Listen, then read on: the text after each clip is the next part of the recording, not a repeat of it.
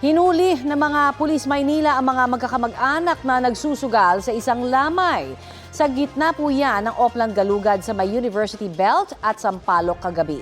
Balitang hatid ni Jomer Apresto. Huli sa akto ng pulisya ang mga lalaking ito habang nagsusugal sa isang lamay sa Sampaloc, Maynila kagabi. Ang mga nahuli, kamag-anak daw ng namatay. Pero kahit ganon, hinuli pa rin sila ng mga otoridad.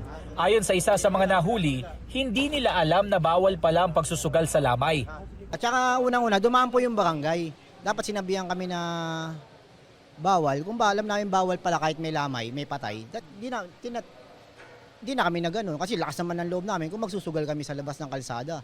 Wala namang pahayag ang iba. Wala pong sinabi sa batas ng PD 1602 na kapag may lamay ay pwede kang magsugal kahit obstruction ka sa daanan. Nire-respeto po namin yung namatayan, family ng namatayan at ang amin po ay nagpapatupad lang po ng aming tungkulin bilang isang tagapagpatupad ng batas. Batay sa datos, umabot sa mahigit 50 ang nahuli ng Barbosa Police Station sa paligid ng University Belt dahil sa paglabag sa mga ordinansa. Karamihan sa kanila, mga nahuling umiinom sa pampublikong lugar. Napakahalaga ang ganitong operasyon dito sa, lalo na dito sa U-Belt kasi dito ang sentro ng universities, mga students na kung saan naglalakad-lakad lang at hindi sila kinakabahan na baka mayroon na namang makursunadahan o di kay ma-hold up o mapagsamantalahan.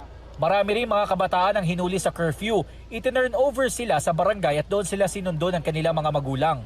Tuloy-tuloy po yung effort ng ating kapulisan dito sa Manila Police District para at least mabawasan po natin yung mga krimen na nangyayari dito kung meron man.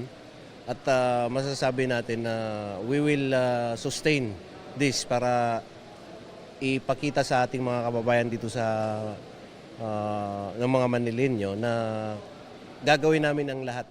Jomer Apresto nagbabalita para sa GMA News.